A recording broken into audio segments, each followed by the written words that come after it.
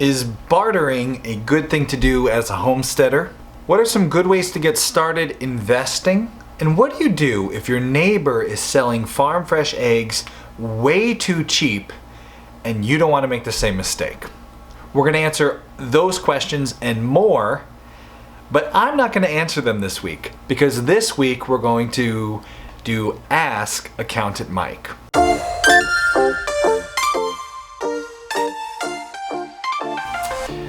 Last week, you saw Accountant Mike come and visit the homestead, and he recorded a couple different videos with us. One of those videos got a ton of questions, and we decided to let Accountant Mike come here and answer some of those questions. Accountant Mike walked through pricing out eggs with my son and the Bluebird Egg Company. And when he made that video, a lot of people had questions about pricing and other things with regards to running a farm business. So today's episode is Ask Accountant Mike. He's going to answer almost all the questions here, except for I'm going to chime in on one question. So for those of you who don't know Accountant Mike, he was my farm accountant back when we had Squash Hollow Farm, and that was back in Connecticut. And he likes to come onto the show once in a while and help answer questions about finances, running business, and numbers, because he's definitely a numbers guy. Now go easy on him. He's a numbers guy, he's also a city boy. So he has some great advice for you today, even if he thinks that you have to filter chicken poo. Make sure to comment on this video if you have additional questions or you want to correct Mike on some things that you know about homesteading that he might not know. And if you like this segment, Ask Accountant Mike, we could do this like once a month. Instead of having me answer questions, we'll have Mike on to answer the numbers and the business stuff. The first question, we go right into that video where Accountant Mike was talking about how to price farm fresh eggs. And in that video last week, he did not put in the costs that you have to cover any figure for water. And one of our regular questioner commenters asked Accountant Mike about factoring in water as an expense with your farm fresh eggs. Let's jump into this Ask Accountant Mike episode. There's a special treat at the end. Stay tuned. Me and Mike get into a good old feud. Hello, YouTubers. After at least 3 requests, I am here to answer your questions. This is Accountant Mike. I have a computer, I have a coffee, I have some questions. I have to wear these things because my podcasting microphone picks up too much, garbage, and, so forgive me for that. But anyway, here I am. I'm going to answer questions per your requests, and I have no more intro. That's it. Let's start. Dean says, wait, what? How is water not an input cost? And then he says other things after that. Okay, Dean, yes, water is an input cost, but I'll talk to you about why I specifically kind of ignored it for the purposes of the Bluebird Egg Company. Like many other farmers, they are actually on a well. They're not on city water. So you're not paying necessarily on a per gallon of water coming in, right? That sort of thing. Instead, the only real cost that you'd have included in there is actually the electrical cost of running the well, which we did some math, basically, which didn't make it to the video, of how frequently the well runs, how much energy the well actually uses, and then what percentage of their total water is being used on the chickens. And by the time you do that math and you apply it to a cost per dozen eggs, it's de minimis. So I excluded it because it for our purposes, it doesn't matter if they use a little bit of water or plenty of water. We're talking about a difference of you go from half a cent to 1 cent as far as the total cost of the dozen eggs. So pretty much excluded that. Also, another thing that didn't make it into the YouTube video, at some point I said something to the effect of, there's a bunch of other costs that we don't really know, we can't perfectly identify, so I'm going to add in this extra lump sum expense. I think it was 10 cents or something like that, to cover all those kind of other small things, and this cost of water was included in that. So, does matter, but in this case it's de minimis. That's why we're not considering it. Thanks, Dean. Fat Lady Farmer, over here with a great YouTube name, says, math. Go figure, LOL. That's pretty much the way I feel about it too most of the time. Next question. Okay, Oak Knob Farm says, interesting topic, we're starting our flock next year. I'm new to a small town. First of all, why are there quotes here? How are you quote unquote new to a small town? Either new or you're not. Anyway, that doesn't really matter. Continuing with the question. My neighbor has been selling eggs for $3 a dozen the entire time I've been here, so I figure that's the market price for my area. The general store sells them for $5. That doesn't make sense to me, but I think someone clarified that they actually mean the general store sells farm fresh eggs for $5. That's what I'm going to operate under. I would probably charge $4 to avoid undercutting my neighbor. He deserves that respect, but cheaper than the store. Is it a store or is it not a store? Why are there quotes? Oak Knob Farm. Congratulations on having your little enterprise. Very nice. Instead of doing this, I would recommend go have a chat to your neighbor and be like, hey bro, you need to stop selling these things for $3 a dozen. Seriously. You talk about respecting him. I feel like that's a better way to show him some respect. Like, first of all, if you're cheaper than the store, you are automatically telling people that there's a difference in value between what you have and what the store has. So I wouldn't necessarily want to do that. I'd want to be closer. Yeah, go talk to your neighbor and you guys should both sell them for $4 a dozen, or $4.50, or $6. Work on that. Congrats. All right, next question. Jay Sullivan says, you could sell the chicken poop as output as well. I'm pretty sure you meant this as a joke, but yeah, you totally could. I mean, I'm sure it would make great fertilizer, right? Natural, all that sort of stuff. We'd have to find some way to collect it and filter it. That's the only thing. So if anybody's got any ideas about how to successfully collect and filter chicken poop, let us know. Because actually, yeah, why not? Absolutely. Sell that stuff. The little garden that could, Okie style, asks, is selling seeds a good way to earn money from a small farm? How do I figure all my costs? Seeds seem like they are actually probably a good way to make money, just from a kind of a logic standpoint, right? They're unique because you definitely can market them as being super local, obviously. You can sell seeds to crops that aren't necessarily popular, but that people want. I mean, it seems good to me. My first thought, well, that was my first thought. My second thought is that there's probably some red tape that we have to deal with here. So I would check with your state first, state and local jurisdictions first. Try to figure out what sort of red tape do you have to jump through in order to be able to sell these seeds. Anyway, but moving on to your actual question, how do I figure all of my costs? So this is something I don't really know how to answer because I'm not sure what that process looks like. In order to, what do you do in order to get seeds ready to sell? I'll answer some general stuff, but put a comment down below. Let me know what your process actually looks like, or better yet, film a little video and fire it on YouTube, and let's talk about this, because I can definitely, I'd be happy to help you with it, but I'm not sure that I have a really good vision of what this actually takes. But anyway, seeds. It's a plant, so I assume it needs some sort of nutrients, it needs some sort of water, and it needs some sort of light, and it needs a growing medium, right? Those are the things I assume that you need.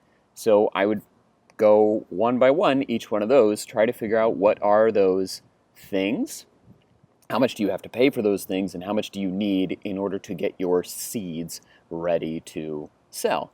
What we did with the eggs, when we talked about the eggs, we didn't really care about the cost of raising one egg because we sell them in sets of a dozen. So we cared about all of our costs we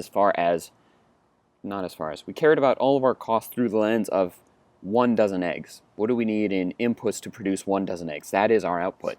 So same with you. How many seeds are you selling at once? I assume you're not just selling 1 because that would be pointless. Are you selling 50? Are you selling 100? I don't know. Determine that first. Once we have that, we can work backwards. Say, okay, how much water do I need in order to get these 50 seeds ready to sell?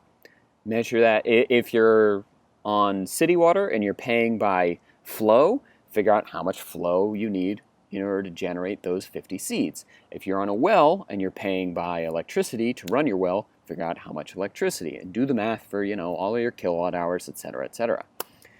That's water. If you're talking about nutrients, you typically buy nutrients in some sort of by volume, right? So what sort of volume of nutrients do you need? Do you need, I can't even begin to guess. So what sort of volume, what kind of nutrients, and then how much do you pay per volume for those nutrients? You need a growing medium, right? Again, this is something you probably would pay either by volume or by weight. So figure out, let's say it's by weight. How much weight of growing medium do you need? Is this just soil that you're grabbing from your backyard? In that case, it's pretty cheap, etc., etc. Do that process, all right? Try to think in terms of units. You've got a final unit that you're producing, your output. What are all of your input units? And they're going to be different sizes. They're probably going to be different units. Water is definitely going to be flow. Feed is probably going to be either volume or weight, something like that. Do that stuff first, all right? You're trying to get to a unit that you can attach a dollar cost to. That's why we're starting with how do you buy it. I mean, it seems like a good idea to me. I don't know. It also seems like something you'd have to sell a lot of them before you had any meaningful money. But I don't know. I'd like to follow up on this. Put a comment below, and let's go from there. All right, next question. Also, what is your YouTube name? The Little Garden That Could Okie Style. Am I missing a joke here? What does it mean? Gibson Scott asks, was this just posted?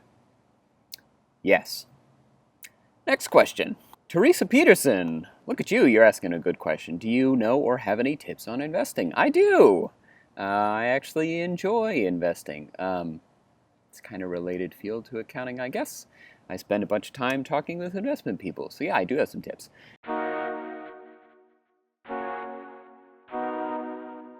First and foremost, do you have a safety net? I know that you want to go do some investing because it's a bunch of fun and all that stuff, but don't do it if you don't have a safety net.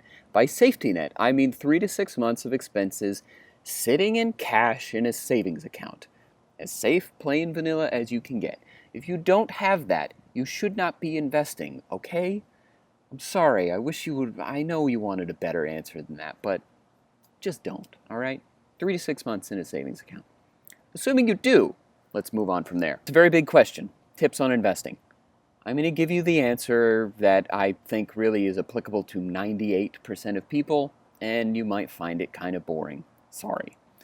The truth of it is, in today's modern world, you are much better off going with something like a robo-advisor, which will pick a bunch of very low-cost index funds and ETFs for you.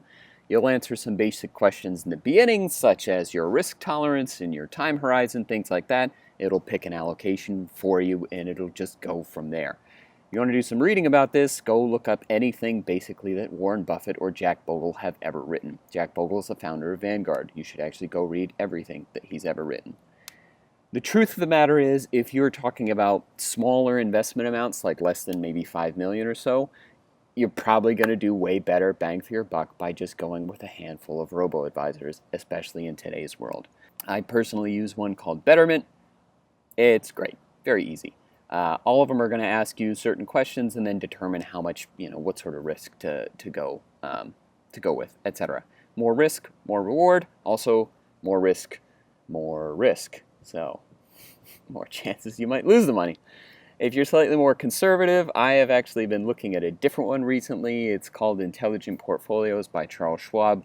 I like them because they actually have a fairly high cash allocation in all of their investment mixes. They have a really good white paper on it, which I would suggest you would go read. I forget what the white paper is called, but just search Charles Schwab Intelligent Portfolios Cash Allocation white paper, and you'll find it. No matter what you end up doing, I would recommend establishing some kind of rhythm and keeping it going, right? So if you decide you want to save, $10 a week or $50 a week, something like that, just establish it and do it. That'll help you take advantage of something called dollar cost averaging. Dollar cost averaging, you can go look it up for a better explanation if you want, but basically it means if you're buying some asset, right, and then it dips a little bit, you'll buy it when it's low, and then it goes up a little bit, you'll buy it when it's high, and because you keep buying little bits of it along all of this time, you're averaging your cost, you're kind of smoothing out those waves a little bit. So no matter what you end up doing, I would recommend do a little bit at a time. Like don't try to save up 10,000 and then just plunk it into something. Like do a little bit every week, okay? If you really want to like spend some time understanding the markets and that sort of thing, then and I'm talking specifically about equities here, like go buy a stock for a company that you actually use the product of, right? And don't spend a lot of money on this, but Buy something that you actually use and just watch it. And watch what happens in the news and watch what happens to the price and try to get an idea of like how those two things are correlated, right? Not an easy thing to do, but that'll help you learn without putting too much capital at risk. If you decide you want to really go for it, then you could... I'm not even going to go there. If you want more than this, message me again. We can continue this. All right. Next question. Okay. Brenda Montagna asks, does bartering make good financial sense, or does it just make me and my milkman happy? And then she gives some information. Brenda, absolutely. Go for it. Bartering is extremely open, I guess is how I'll say, or wide. Whatever you and someone else can agree to, by all means, barter. If you think about it, all that money really does is allow us to exchange money for things, right? And it makes it easy to trade with someone who doesn't have something that we want, because we can go to a store and buy something from them and we'll give them money, right? Because either, in that scenario, we wouldn't have anything that they want, but you get the picture. So all you're doing here is just cutting money out of the equation. That's fine. By all means, do it. I saw some comments here about legality and things of that nature, so sure, go look it up just to be safe. But from like a concept standpoint, absolutely, I am all for it. By all means, be careful. If you're doing this as part of your business, you're going to trigger some taxes, income taxes. If you're doing this as part of your business, put a question below. We'll follow up with this. But yeah, go do it. Absolutely. All right, next question. Hey, Taryn Williams here is asking a question about bulk discounts. Since you said something, how do bulk discounts work? How much of a product, if we need to specify more, let's say eggs, can be considered as bulk? Okay, so Taryn, it's not like there's actually a definition. You're not going to go look up like, oh yes, 5 equals bulk. No, it depends on what it is that you're buying. Let's do like business 101 for a second here, or pricing 101, I guess. We talked about selling a dozen eggs and what your cost per dozen eggs was, right? And then therefore you charge a little bit more minus your cost to produce, and that is your profit for that dozen eggs. The term for that is your margin profit, right? Frequently just called margin. So if we say we sell our eggs for, let's say, $4 and we have a margin profit of 10%, that means we're earning a profit of 40 cents on those eggs, right? If we've got a margin profit of 30%, that means we've got $1.20. You follow me? Okay. So once you're doing more of something, like if we're not selling 1 dozen eggs, if we're selling 10 dozen eggs, then we can afford to reduce our margin a little bit, right? Because even though we're earning less per dozen eggs, we're still earning more money. If we sell 1 dozen eggs at a 30% profit margin, and it's $4, that means we've got $1.20 of profit, right? That's $1.20 in the real world. If we sell 10 dozen eggs, and we sell it for a 10% gross margin, or 10% margin profit, that's a lot less. 10 dozen times 4 is $40, right? 10% is $4. So in that scenario, even though we're selling each dozen eggs for a lot less profit, we're still ending up with more money at the end of it. We're getting $4 instead of $1.20. That's the basics of it. Because of that, there is no clean answer to how much is bulk, because it all depends on the finances and the cost structure of whoever's selling. How much profit do they normally make on the thing, and at what point will they be selling enough that they can afford to reduce that profit? If you're talking about a small scale here, like if we're dealing with a farmer's market or something like that, talk directly to the person. Like, hey, if I bought whatever, if I buy 5 dozen eggs, can you cut me any break on the price? And any person who's got their head screwed on straight is going to be able to say, yes, sure. I hope that answers your question in that there isn't really a perfect answer, but that's basically a theory behind it. Hideaway Homestead asks, what are the tax benefits of changing your home over to a homestead in Maine? Okay, Hideaway. I did not do any specific research on Maine because this answer is practically the same in most states. you're not going to get any kind of federal tax benefit. This is not going to reduce your IRS tax load or anything like that. What this might do is reduce the amount of property taxes that you owe, which are handled on the local level, right? So I would direct you to start first with actually your town. Like go to town hall specifically, start with your assessor's office. Ask them if there are any benefits of becoming a homestead. Some states, like Florida, also have certain legal protections if you qualify as a homestead, but that's kind of a homestead in a different meaning than what we mean here. Now, kind of related to this question, if you are using part of your home for your business, you will get a couple of tax breaks there. Specifically, I'm thinking about the tax break for your home office deduction, which you probably have. You're probably using a room of your house in order to actually run your little business here. If that's the case, go look up home office deduction. It's Form 8829. I would start with those instructions. So Form 8829 instructions, talk to your tax person about that one just to make sure we're crossing our T's and dotting our I's. But yeah, mostly if we're talking about homesteading in the way that you mean, you're probably looking at a property tax exemption, which is good. That's more money you don't have to spend. And there might be, that's really the only thing that jumps to my mind. There might be some legal protections there as well. But start with your town. This is going to be a town issue. Carrie Foster asks, has Accountant Mike dealt with his issues of being replaced by chickens? And if so, would he now give them a thumbs up?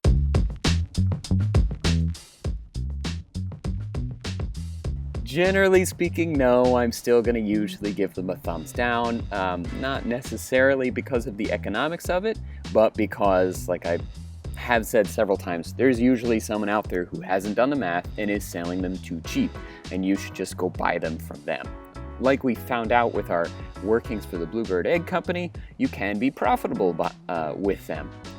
It's not a ton of profit, and again, you got to sell a whole lot of them in order to make any sort of meaningful cash out of this thing, right? So generally speaking, it's going to be a thumbs down. But there are certainly markets where this will be different. This is a very market-specific thing. If you live somewhere where you can get away with charging $6 or $7 for these eggs, then it probably is a very viable enterprise just from the economic standpoint. And I have no issues on being replaced by chickens. It's fine, whatever. People do that. It's fine, I don't care. Next question. Okay, we've got Thomas Linden here says that managing taxes to your expense breaks what to claim on lower taxes would be a good talk. Okay, Thomas, that's a very, very, very big question. I can go into lots of detail if you want. I know these laws very well. But let me start with a very broad strokes thing first, and if there's anything specific you want more detail on, put it in the comments below and we can address it. Generally speaking, if we're talking about a farming business, which I'm going to assume that's what you're talking about here, you want to pay close attention to what is a personal expense and what is a farm expense. What is a business expense? Start there. Start with clearly having those lists defined, right? And we want to make sure we're writing off everything that is a farm expense. Remember, you are in business here, right? The way business works, you bring in a bunch of money, you spend some costs, right? Hopefully you're left with a profit. The profit is the thing that you pay the taxes on, right? So you're already bringing in money, I hope. So by increasing what we deduct, by not increasing the expenses, but by making sure we're tallying all of these expenses correctly, you're going to reduce your income tax burden. If you don't know what we mean by expenses, I would actually suggest you start with the Schedule F instructions. That's a form that goes onto your tax return. Look through those instructions first. Make sure you understand what those expenses are and ask yourself, am I incurring this expense? If you are, let's deduct it. If you're looking for something different than this, put a comment below and we can address it. Like if you're looking for more just general thing, I don't know. A very broad question, tell me, narrow it down for me, and then we'll go from there. All right, The Cynic has a question. What does he say? Me and my wife want to get a food truck. Awesome. We can get one for about $40,000, I assume, dollars. We have an LLC. Good. We have great credit. Good, but not that much capital. Okay. We are 6 years into buying our house. We have one 6-year-old car that is paid for and another that has 1 year left on the loan. Where should we go to get a loan for the food truck? Cynic, Good questions. Also awesome. I love food trucks. We need more of them in the world. Okay, let's start with the easy ways. The easiest way to do that if you have a home is to go get a home equity line of credit. They're very simple. The banks do them all the time. You'll get a pretty good interest rate on it.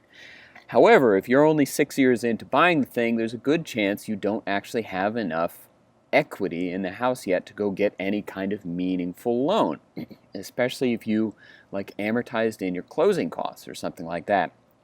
Start there, but I think that's going to be a dead end. Second option, if you are really getting a loan just for the asset of the food truck, I would just go to a traditional bank. I don't think you have to get any cleverer than that. They'll give you a loan for the asset of the truck. They'll give you a loan using the asset of the truck as collateral. You'll still get a pretty decent interest rate. You mentioned that you have an LLC. Unless the LLC has been open for a long time and has a good history of earning a profit, you're probably going to have to be personally liable for this thing. So in your mind, use that, keep that fixed. You're probably going to be on the hook for this loan even if this business blows up, right? Which hopefully it won't, because it's a food truck. Everybody loves food trucks. Just do something cool and don't do another taco truck. I mean, we don't need any more taco trucks. We need other kinds of trucks. Where was I with this thing? Okay, hard asset. If you are actually looking for a loan for more than just the truck, like if you need a loan for the truck and also some working capital, then it gets a little trickier, because now you're into an area where you're talking about an unsecured loan, right? So a bank's going to be a little less willing to give you that loan, and if they do give it to you, you're going to have a worse interest rate.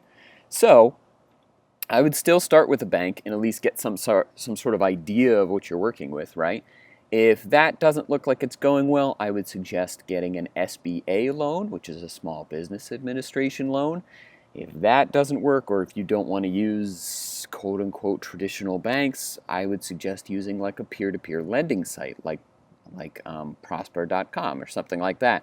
You're going to pay a higher interest rate, and there still is a bank working in there as the intermediary, but at least you're dealing directly with the individuals, right? If you're going that route, I would actually more suggest that you find a friend or a family to do a loan with. Now, when I say a loan from a friend or family, somewhere, someplace, Austin just got all in a tizzy about it.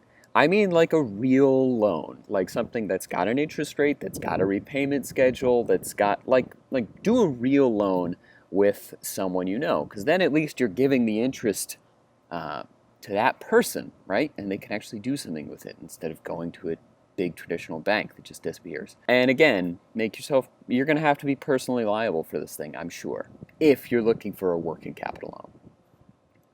I hope that answers your question. If it doesn't, message me and we'll go from there. I wish you well. Don't open another taco truck. We have enough. Chris. Hey, we've arrived at the Chris question. Chris, I have been thinking about your question a lot. This was a hard one. I don't know if I have the right answer. Anyway, for those of you who don't know, Chris's question is, who do you think would win between a grizzly bear and a Jurassic raptor?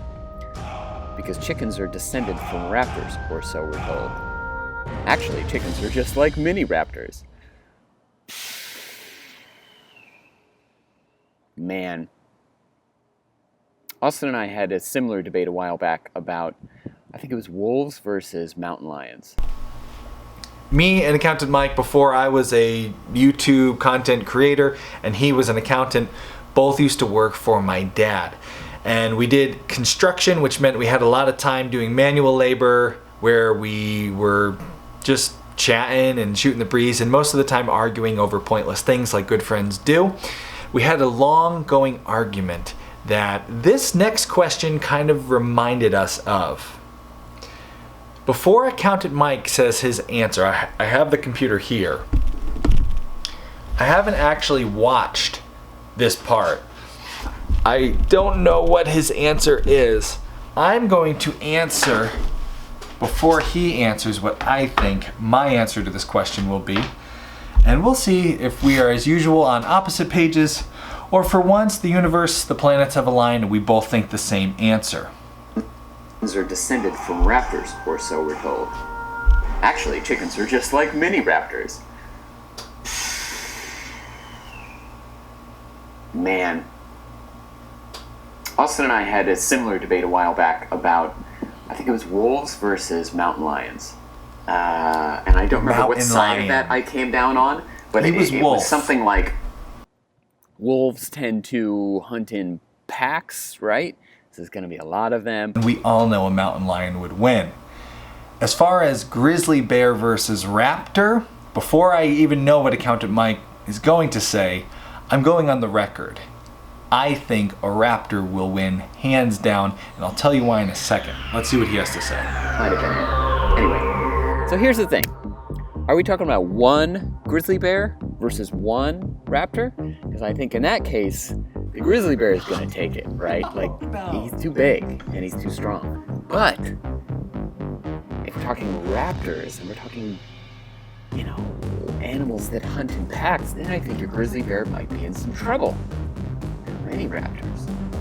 Raptors lived during the Jurassic... No, they actually didn't. That's just marketing in the movie. Raptors didn't live during the Jurassic period. Just gonna Google a thing and pretend I knew it off the top of my head. Cretaceous?